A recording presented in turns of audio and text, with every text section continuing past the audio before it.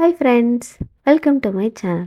இந்த வீடியோவில் என்ன பார்க்க போகிறோன்னா, வெஜ் புலாவ் சப்பாத்திக்கு ஒரு சூப்பரான சைட் டிஷ் தான் பார்க்க போகிறோம்.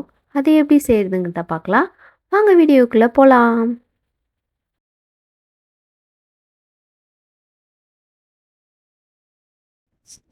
இதுக்கு வந்துட்டு ஃபஸ்ட்டு பன்னீரை மஞ்சத்தூள், கரம் மசாலா, சில்லி பவுட்ரு இதெல்லாம் போட்டு லைட்டாக எண்ணெயில் ஃப்ரை பண்ணி எடுத்துக்கலாம்.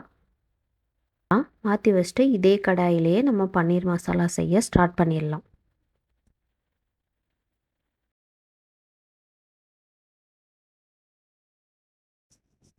அதே கடாயிலேயே ஒரு 2 ஸ்பூன் வந்துட்டு ஆயில் விட்டு பட்டை, ஏலக்காய், கிராம்பு, அன்னாச்சி பூ இதெல்லாம் ஆட் பண்ணி லைட்டாக பொரிய விட்டுக்கலாம்.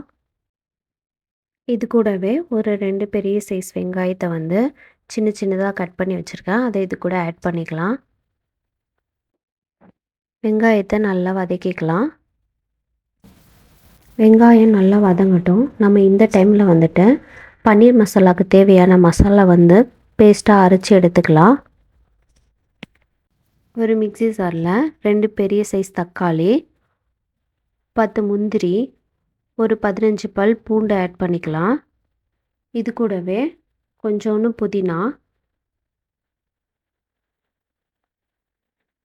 அதுக்கப்புறம் கொஞ்சம் மல்லிச்செடி, 3 க்ரீன் சில்லி, அதுக்கப்புறம் ஒரு அரை ஸ்பூன் சீரகம் ஆட் பண்ணிக்கலாம். சீரக பவுடராக இருந்தால் நீங்கள் பவுடராக ஆட் பண்ணிக்கோங்க. நான் இல்லாதனால அரை ஸ்பூன் சீரகம் இதில் ஆட் பண்ணிக்கிறேன். அவ்வளோதான். இது எல்லாத்தையும் பேஸ்ட்டாக அரைச்சிட்டு வந்துடலாம்.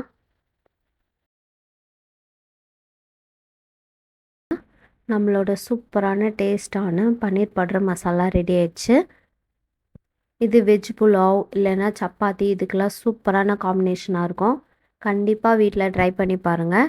ட்ரை பண்ணி பார்த்துட்டு எப்படி வந்துச்சு சொல்லிட்டு கமெண்ட் பண்ணுங்கள். வீடியோ பிடிச்சிருந்தால் லைக் பண்ணுங்கள், சப்ஸ்கிரைப் பண்ணுங்கள். Thank you all.